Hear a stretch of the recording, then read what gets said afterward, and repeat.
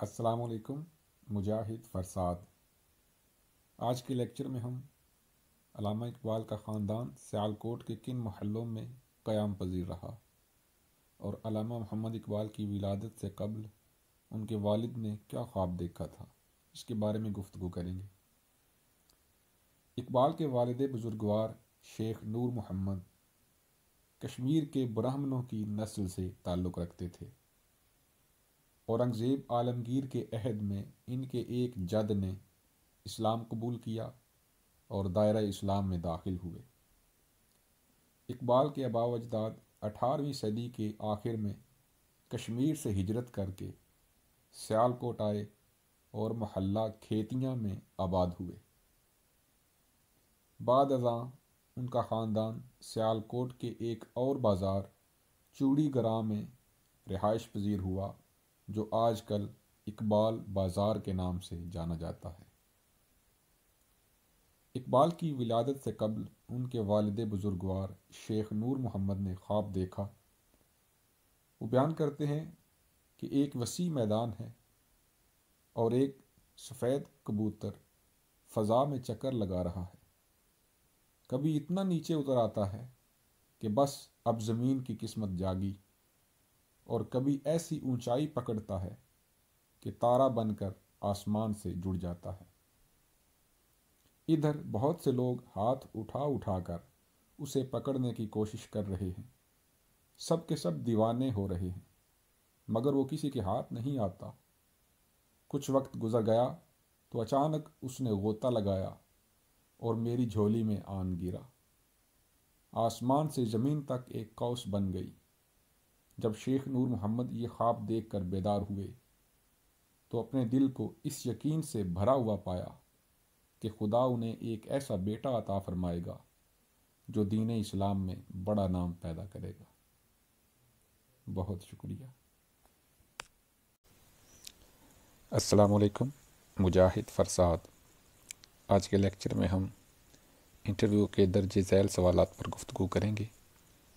علامہ اقبال کا تصور خودی کیا ہے؟ اقبال کے فلسفہ خودی کے ماخذات کون کون سے ہیں؟ خودی کا اسلامی تصور کیا ہے؟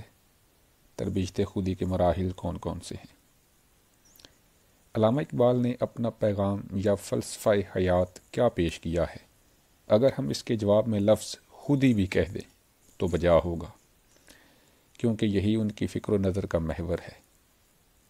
لفظ خودی اقبال سے قبل بھی اردو شاعری میں مستعمل تھا، اور یہ لفظ تکبر اور غرور کے معنی میں استعمال ہوتا تھا۔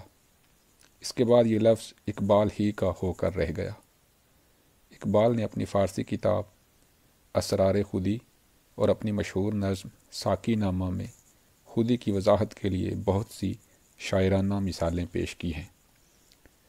اسرار خودی کے دیباچے میں اقبال خودی کی تعریف یوں کرتے ہیں: یہ لفظ اس نظم میں بمعنی غرور استعمال نہیں کیا گیا، جیسا کہ عام طور پر اردو میں مستعمل ہے۔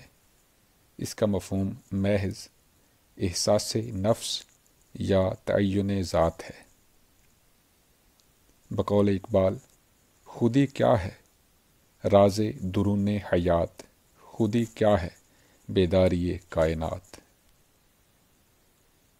دراصل اقبال کے فلسفہ خودی کا ماخذ ڈھونڈنے کے لیے نقادوں نے طرح طرح کی قیاس آرائیاں کی ہیں۔ کسی نے اس سلسلے میں ہیگل، نیتشے اور فشتے کا نام لیا ہے، تو کسی نے برگساں اور لائٹ مارتھر کا۔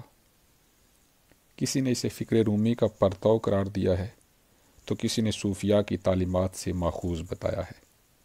اس میں کوئی شک نہیں کہ اقبال نے ہر ماخذ سے استفادہ کیا ہے، لیکن اس سے یہ نہیں سمجھنا چاہیے کہ آپ کا فلسفہ کوئی مستقل حیثیت نہیں رکھتا اور آپ نے دوسروں کی خوش انشینی کر کے انہی کے فلسفہ کو شاعرانہ آب و رنگ کے ساتھ دنیا کے سامنے پیش کر دیا، بلکہ ان کے فلسفہ خودی کے تمام اساسی مضامین در حقیقت قرآن مجید سے ماخوذ ہیں، اور قرآن مجید میں فضیلت انسان، تسخیر فطرت، عزم و استقلال، جرت و شجاعت، حمیت و غیرت اور قدرت و اختیار پر بکثرت آیات موجود ہیں۔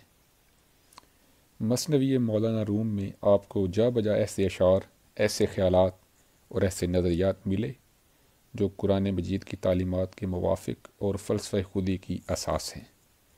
نیتشے کے فلسفہ میں آپ کو خودی کے جو شیطانی عناصر نظر آئے، ان کو آپ نے بالکل چھوڑ دیا۔ اس معاملے میں آپ نے درجہ بدرجہ ترقی کی۔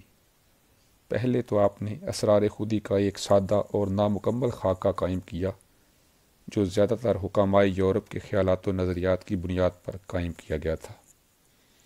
اس کے بعد قرآن مجید اور مولانا روم کا اثر قبول کرتے ہوئے اپنے اس فلسفے کو دوسروں سے الگ اور نمایاں کر دیا۔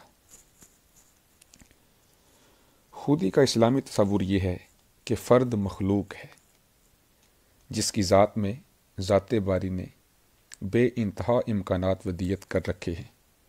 خودی اپنے شعور کے اعلیٰ ترین نقطے پر پہنچ کر بھی ابدیت کے عقیدے کے مطابق تابع اور محدود رہتی ہے۔ خودی کے مسئلے کو اس وقت تک نہیں سمجھا جا سکتا جب تک کہ زندگی کے اس تضاد کو نہ سمجھا جائے کہ زندگی فطرت کا جز بھی ہے اور اس سے ماورا بھی، یہ محدود بھی ہے اور فطرت پر غلبے کی صلاحیت بھی رکھتی ہے، یہ پابند بھی ہے اور آزاد بھی۔ یوں انسانی خودی کا نقطہ عروج یہ نہیں کہ وہ ذات باری میں فنا ہو جائے، بلکہ یہ ہے کہ وہ اپنے ارادے کو خالق کائنات کے ارادے کے تابع کر دے۔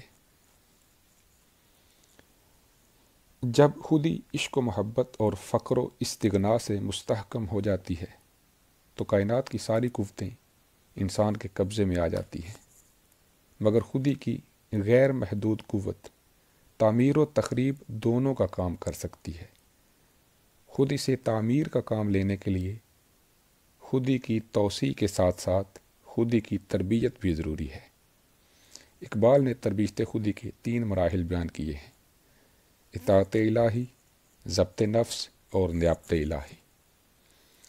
اطاعت الہی سے مراد اللہ تعالیٰ کے احکامات کی پیروی ہے، اور ضبط نفس سے مراد نفسانی خواہشات پر جو سب سے زیادہ قوی ہیں قابو پانا ہے، اور نیابت الہی سے مراد اللہ کا نائب بننا ہے۔ جو شخص اس مرتبے پر پہنچ جاتا ہے وہ انسان کامل بن جاتا ہے۔ قرآن مجید کے مطابق انسان کو زمین پر اللہ تعالیٰ کا خلیفہ بنا کر بھیجا گیا ہے، مگر ہر انسان کے بس کی بات نہیں کہ وہ خلیفہ ہونے کا حق ادا کرے۔ بقول اقبال، خودی کا سر نہاں لا الہ الا اللہ، خودی ہے تیغ فساں لا الہ الا اللہ۔ السلام علیکم، مجاہد فرساد۔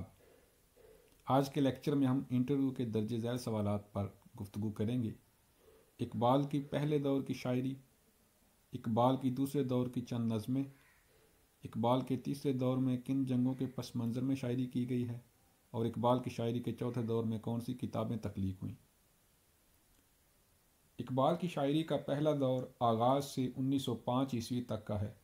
اس ابتدائی دور میں انہوں نے غزل کی طرف توجہ دی اور رسمی اور روایتی مضامین باندھے۔ اس دور کی بیشتر نظمیں فطرت کے شوخ مرقوں پر مبنی ہیں۔ انہی نظموں میں ان کی مشہور نظمیں بھی موجود ہیں جو ہمالہ، نالہ یتیم، ہلال عید سے خطاب اور ابر گوہر بار کے عنوان سے انجمن حمایت اسلام کے جلسوں میں پڑھی گئیں، جبکہ اسی دور میں بچوں کے لیے بھی 7 نظمیں لکھی گئیں، جن میں مکڑا اور مکھی، ایک پہاڑ اور گلہری، ایک گائے اور بکری، بچے کی دعا، پرندے کی فریاد، ماں کا خواب اور ہمدردی شامل ہیں۔ علامہ اقبال کی شاعری کا دوسرا دور 1905 سے 1908 عیسوی تک کا ہے۔ اس دور کی نمایاں خصوصیت میں سے شاعری پر حسن و عشق کی سرمستی، البتہ اس کے بعد ان کے خیالات میں ایک نیا رجحان نظر آتا ہے اور وہ شاعر کی جگہ فلسفی بن جاتے ہیں۔ اس دور کی شاعری کے آخری حصے میں وہ یورپ کے کھوکھلے نظام پر سخت تنقید بھی کرتے ہیں اور وطنیت پر اسلامی قومیت کو ترجیح بھی دیتے نظر آتے ہیں۔ اس دور کی اہم نظموں میں چاند اور تارے، اور عبد القادر کے نام شامل ہیں۔ علامہ اقبال کی شاعری کا تیسرا دور 1908 عیسوی سے 1924 عیسوی تک کا ہے۔ یہ وہ دور تھا جب جنگ بلقان اور جنگ طرابلس کی صورت میں مسلمانوں پر کوہ ستم ٹوٹا اور مسلمانوں کے جذبات مجروح ہوئے۔ اسی حوالے سے انہوں نے جو مشہور نظمیں لکھیں ان میں حضور رسالت مآب صلی اللہ علیہ وآلہ وسلم، شکوہ، جواب شکوہ اور فاطمہ بنت عبداللہ ہیں، جبکہ شمع اور شاعر، شفا خانہ حجاز، یہ دو نظمیں بھی اسی دور کی ہیں۔ شمع اور شاعر وہ نظم ہے جسے بانگ درا کا دل کہا جاتا ہے۔ اقبال کی شاعری کا یہ دور 1924 عیسوی تک محیط تھا۔ چوتھا دور 1924 سے 1938 عیسوی تک کا ہے۔ اسی دوران میں انہوں نے اپنی سب سے پرجوش نظم ساقی نامہ لکھی۔ اس کے علاوہ مسجد قرطبہ، ذوق و شوق، طارق کی دعا، ہسپانیہ اور جبریل و ابلیس بھی شامل ہیں۔ اس دور کی اہم تصانیف میں پیام مشرق، زبور عجم، جاوید نامہ، بال جبریل، ضرب کلیم اور ارمغان حجاز ہیں۔ بہت شکریہ۔ علامہ اقبال کا تصور وطنیت۔ علامہ اقبال جب کیمبرج یونیورسٹی میں پڑھ رہے تھے تو وہاں انہوں نے جس تصور وطنیت کو پنپتے دیکھا تو ان کی سوچ میں واضح تبدیلی پیدا ہوئی، جس کا اظہار انہوں نے اشعار میں بھی کیا۔ مغرب کے نزدیک ایک ملک سے وابستہ افراد ہی ایک قوم ہو سکتے ہیں، لیکن علامہ اقبال کے نزدیک وطنیت کا انحصار نہ تو ملک پر ہے، نہ ہی نسب پر ہے، نہ ہی زبان پر ہے، نہ ہی جغرافیے پر ہے۔ یعنی یہ ساری چیزیں مغرب کی وطنیت سے تعلق رکھتی ہیں، لیکن علامہ اقبال کہتے ہیں کہ جو وطنیت ہے اصل میں وہ مذہب سے ہوتی ہے۔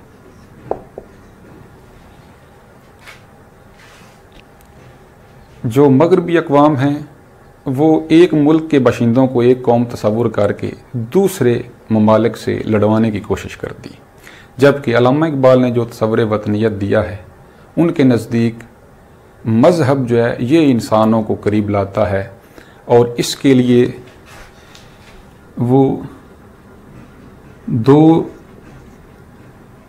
جغرافیے بیان کرتے ہیں، ایک ہے مقامی جغرافیہ اور دوسرا ہے باہر کے اوطان۔ یعنی جو مقامی جغرافیہ یوں سمجھ لیں کہ جیسے پاکستان ہے، اس سے وابستہ لوگ، اس میں جو رہنے والے ہیں مسلمان ہیں وہ مقامی جغرافیے والے ہیں، اور پاکستان کے باہر جو مسلم ممالک ہیں جہاں مسلمان رہتے ہیں وہ باہر کے اوطان ہیں، یہ ان کے حلیف ہیں۔ یعنی مسلمان چاہے چین میں ہو، امریکہ میں ہو، جہاں بھی ہو، وہ پاکستان کے ساتھ مل کر ایک قوم کہلائے گا، جبکہ مغرب کی جو وطنیت یا قومیت ہے وہ یہ سمجھتے ہیں کہ ایک ملک میں رہنے والے لوگ ہی صرف ایک قوم ہو سکتے ہیں۔ لیکن علامہ اقبال کے نزدیک ایسا نہیں ہے۔ وہ مذہب کو سامنے رکھتے ہوئے، یعنی اسلام سے وابستہ جتنے لوگ ہیں چاہے وہ جہاں بھی رہتے ہیں وہ سارے ایک قوم ہیں، وہ سارے ایک جو ہے وہ وطن سے تعلق رکھتے ہیں۔ تو یہ ان کا جو ہے نا وہ نظریہ ہے وطنیت۔ علامہ اقبال کا شعر کا جو تصور ہے، تصور فن ہے، تصور شعر و ادب ہے، وہ کیا ہے؟ عام طور پر شعر کے حسن کے 3 نظریات ہیں۔ ایک یہ کہ کسی بھی شعر کا حسن اس کی حیت میں ہوتا ہے، اس کی فارم میں ہوتا ہے، اس کے الفاظ، ردیف اور قافیہ وغیرہ میں ہوتا ہے، جبکہ دوسرے نظریے کے مطابق شعر کا حسن حیت میں نہیں ہوتا، اس کے الفاظ میں نہیں ہوتا، بلکہ اس کے خیال میں، اس کے معانی میں اور اس کے مواد میں ہوتا ہے۔ جبکہ تیسرا نظریہ یہ ہے کہ شعر کا اصل حسن نہ صرف الفاظ میں ہوتا ہے اور نہ ہی صرف مواد میں، بلکہ الفاظ اور مواد، الفاظ اور خیال، ان کا حسین امتزاج ہی شعر کا حسن دوبالا کرتا ہے۔ تو اگر ہم علامہ اقبال کو دیکھیں تو ان کا یہ تصور، یہ نظریہ بدلتا رہا ہے۔ انہوں نے الفاظ کے بارے میں بھی شعر کہے ہیں اور مواد کے بارے میں بھی، لیکن اگر موازنہ کیا جائے تو انہوں نے سب سے زیادہ شعر مواد کے بارے میں کہے ہیں۔ ان کا نظریہ شعر و ادب مواد کے بارے میں ہے کہ ان کے نزدیک ادب برائے ادب نہیں تھا، وہ ادب برائے ادب کے قائل نہیں تھے، بلکہ وہ ادب برائے زندگی کے قائل تھے۔ ان کے نزدیک اصل شعر وہی ہے، اصل شاعری وہی ہے جو جوانوں کو بیدار کرے، جو خودی کو بیدار کرے، جو انقلاب پیدا کرے۔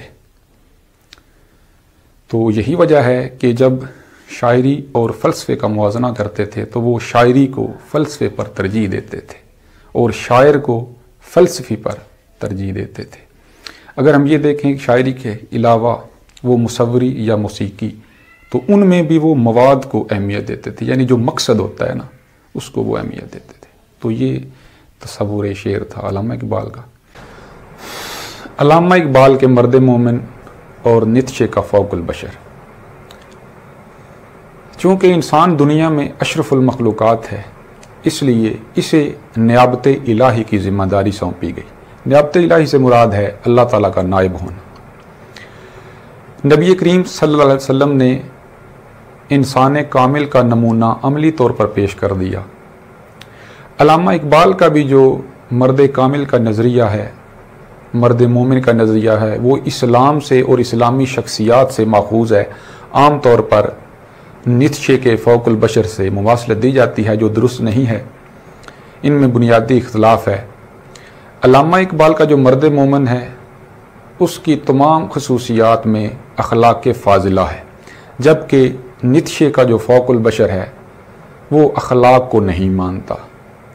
اس کے لیے دنیا میں جینے کے لیے صرف قوت درکار ہے، تکبر درکار ہے، فراست درکار ہے، جبکہ علامہ اقبال اطاعت الہی، ضبط نفس اور نیابت الہی کو ترجیح دیتے ہیں۔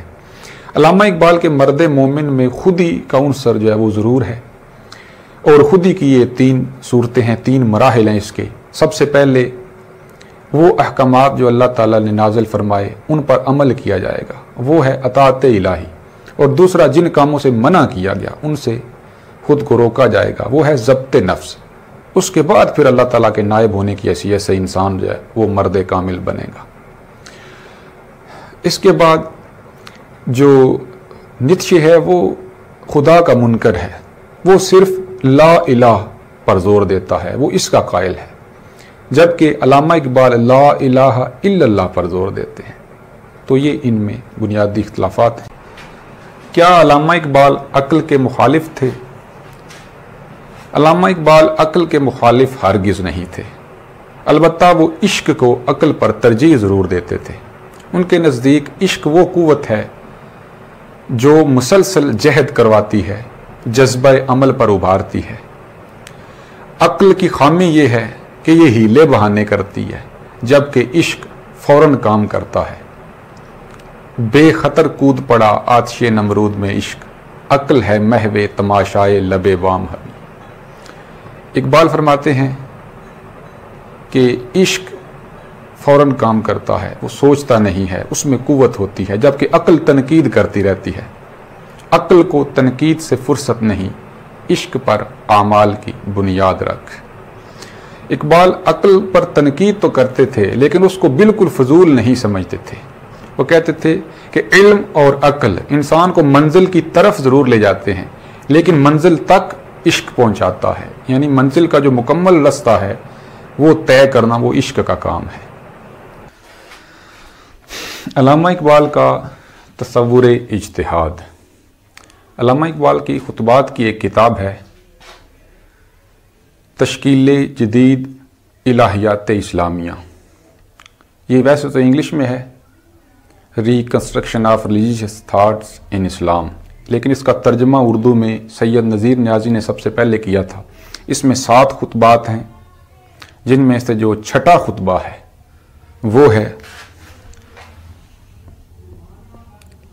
الاجتہاد فی الاسلام۔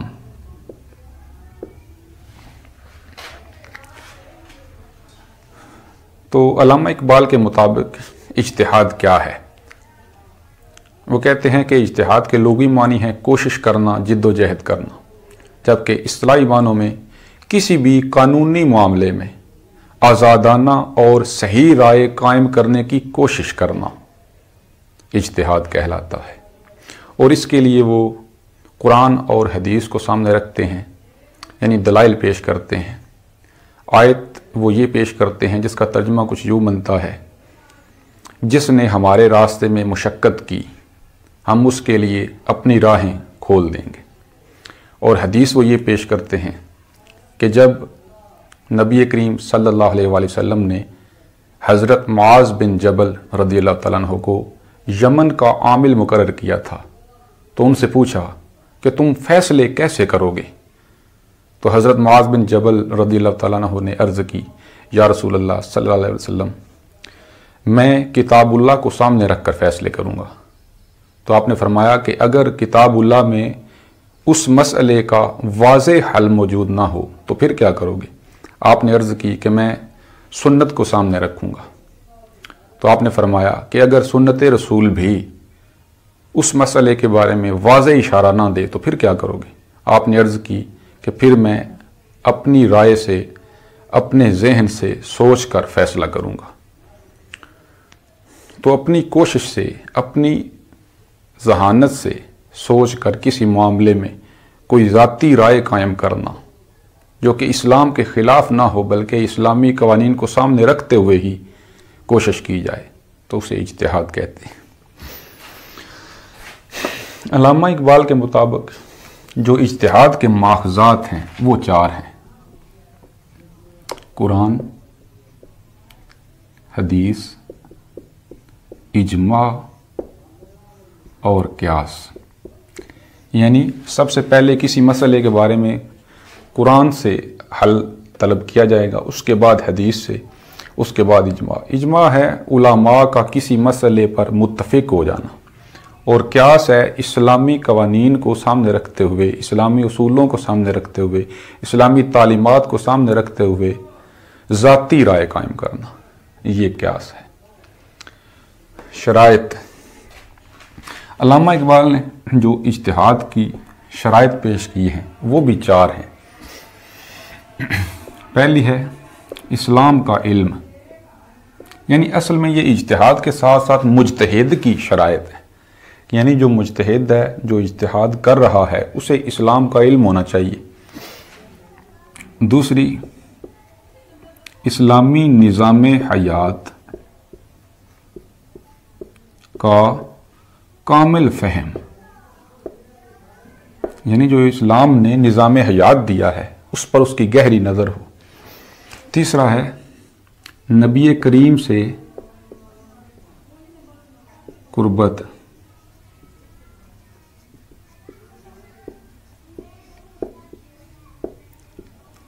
اور ان کے طریقوں کا مکمل علم،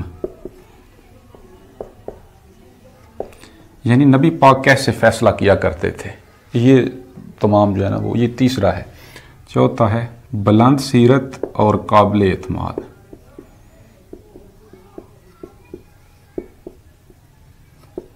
یعنی جو مجتہد ہے اس کی سیرت بھی بہترین ہو اور وہ قابل اعتماد بھی ہو، اس کی بات پر اعتماد کیا جا سکے، وہ اتنا اچھا انسان ہونا چاہیے۔ تو یہ ہے اقبال کا تصور اجتہاد۔